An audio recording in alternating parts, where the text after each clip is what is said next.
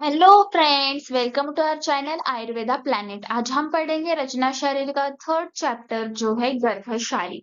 गर्भशारी ये most important chapter है क्योंकि यूनिवर्सिटी एग्जाम में ये 15 मार्क्स के लिए इससे क्वेश्चन आते हैं।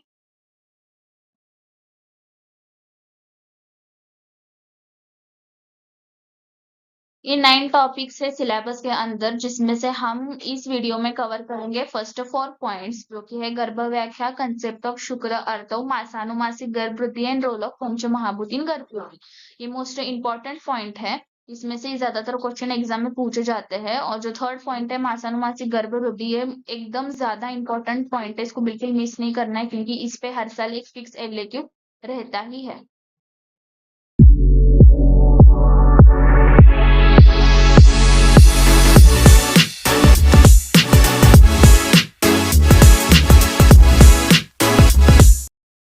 सबसे पहले हम देखेंगे डेफिनेशन ऑफ गर्भ। गर्भ की व्याख्या। अकॉर्डिंग टू आचार्य चरक जो है शुक्र, शोणित एंड जीव मिलकर गर्भ की फॉर्मेशन करते हैं, यानी कि sperm, ovum and life potential forms the गर्भ। अकॉर्डिंग टू आचार्य शुश्रु, शुक्र, शोणित अलॉन्ग विद द आत्मा प्रकृति विकार फॉर्म्स द गर्भ। आचार्य चरक के लिए हमें 3 वर्ड्स याद रखने हैं, शुक्र, शोणित और जीव मिलके गर्भ बनाते हैं। और आचार्य सुश्रुत के लिए 5 वर्ड्स याद रखने हैं, शुक्र, शोणित, आत्मा, प्रकृति और विकार। ये 5 चीजें मिलके मिलके गर्भ फॉर्म करते हैं। पिछले स्लाइड में पढ़े हुए डेफिनेशंस के श्लोक देखेंगे। आचार्य चरक के हिसाब से शुक्र, शोणित, जीव संयोगे तू खलु कुक्षी गते गर्भ संज्ञा, यानी कि शुक्र, शोणित, जीव इन तीनों चीजों का संयोग होता है और गर्भ उत्पन्न होता है। अकॉर्डिंग टू आचार्य सुश्रुत, शुक्र शोणितम गर्भशयस्तम आत्मा प्रकृति विकार समुच्चितम गर्भ इति उच्यते, यानी कि शुक्र, शोणित, आत्मा, प्रकृति और विकार के साथ मिलके गर्भ फॉर्म करता है। अब हम पढ़ेंगे शुक्र के बारे में। हम शुक्र में सबसे पहले देखेंगे शुद्ध शुक्र के प्रॉपर्टीज। उसके लिए जो श्लोक है वो है बहलम मधुरम स्निग्धम विस्त्रम गुरु पिच्छिलम शुक्लम बहुच यश शुक्रम फल वदत संशयम। जो शुद्ध शुक्र होता है उसके प्रॉपर्टीज जो है वो है बहल, यानी कि वो कॉन्सेंट्रेटेड होता है। मधुर यानी कि वो स्वीट होता है। स्निग्ध मतलब अनेक्चस होता है। अविस्त्र यानी नो बैड ऑर्डर, उसमें से कोई स्मेल नहीं आती।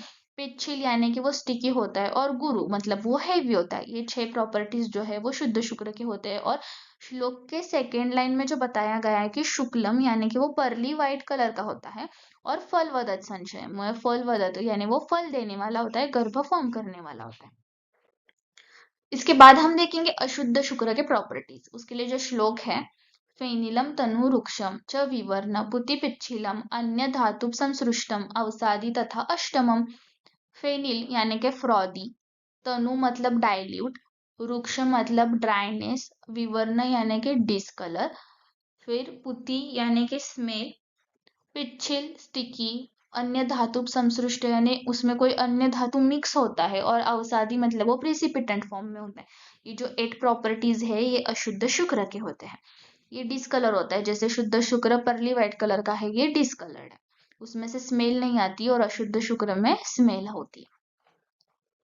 इसके बाद हम देखेंगे आर्तव। आर्तव यानी कि मेंस्ट्रुअल ब्लड। आचार्य चरक के हिसाब से गुंजा फल सवर्ण च पद्म अलग तक सन्निभम इंद्र गोपक संकाशम आर्तवम शुद्धम आदिशित। यानी कि आचार्य चरक ने आर्तव को 3 चीजों के साथ कंपेयर किया है। सबसे पहले गुंजा फल, ये जो इमेज में दिख रहा है रेड कलर का फ्रूट, इसके समान लाल आर्तव होता है। फिर को कमल के अलग तो होता है और इंद्रगोप कीड़े के तरह लाल होता है। इन तीनों चीजों के साथ आचार्य चरक ने अर्तव का कंपैरिजन करके उन्हें एक्सप्लेन किया है।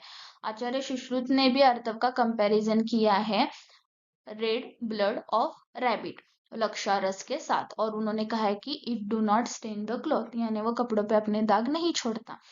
इसका श्लोक है शशस्रुप प्रतिमम यत्तु यद्वा लक्षार सोपम तदार्थवम प्रशंसन्ति यद्वासु न विरमचयत। यानी शशक यानी कि रैबिट के रक्त के तरह, लक्षारस के तरह लाल होता है।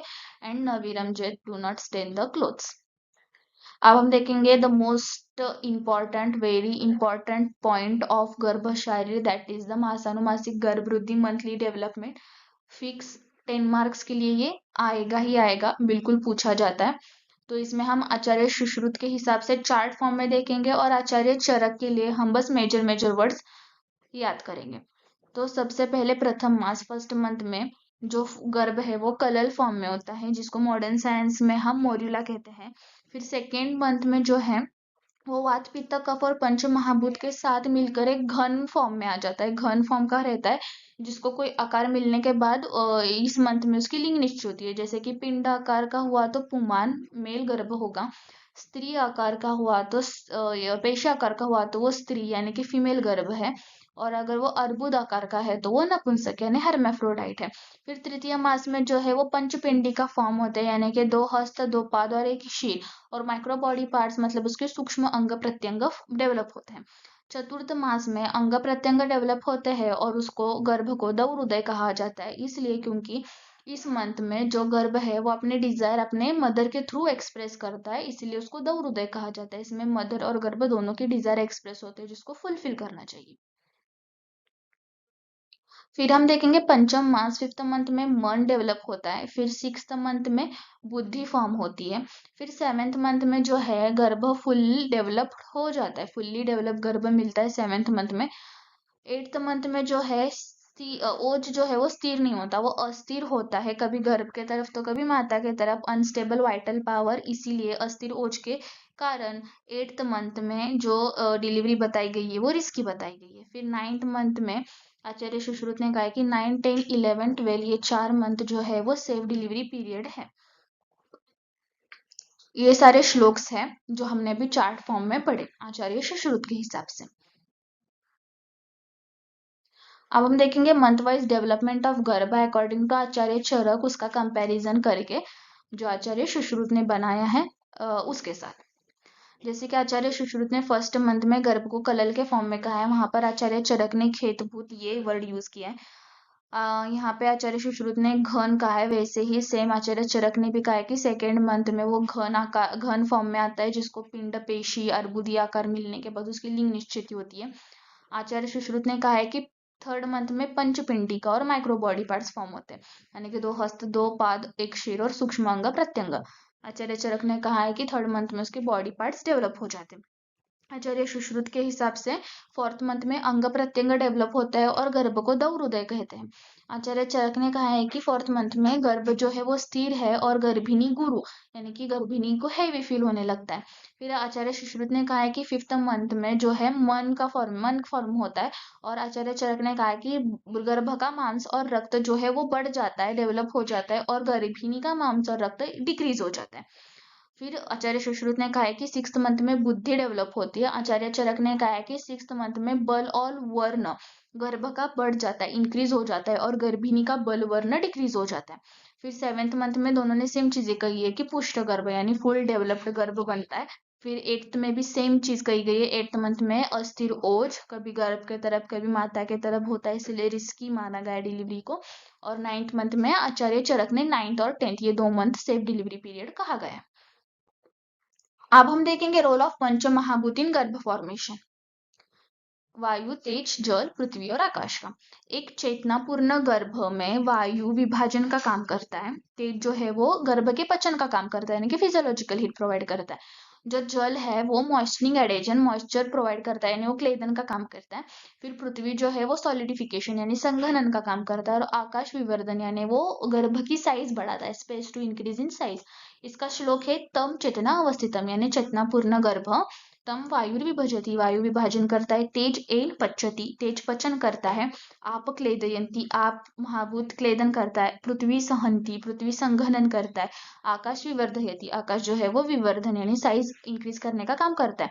फिर स यदा हस्तपाद जिह्वा घ्राण कर्ण नितंब आदि यानी फिर ऐसे गर्भ को जो हाथ पाद जिह्वा घ्राण कर्ण नितंब आदि सारे ऑर्गन सारे पार्ट्स डेवलप होते हैं, ऐसे गर्भ को हम शरीरम इति संज्ञा लाभते शरीर की संज्ञा दे सकते हैं। इस वीडियो में हमने ये 4 पॉइंट्स कवर किए हैं। नेक्स्ट जो सारे पॉइंट्स है वो हम नेक्स्ट पार्ट में कवर करेंगे। Thank you, hope you find this video helpful.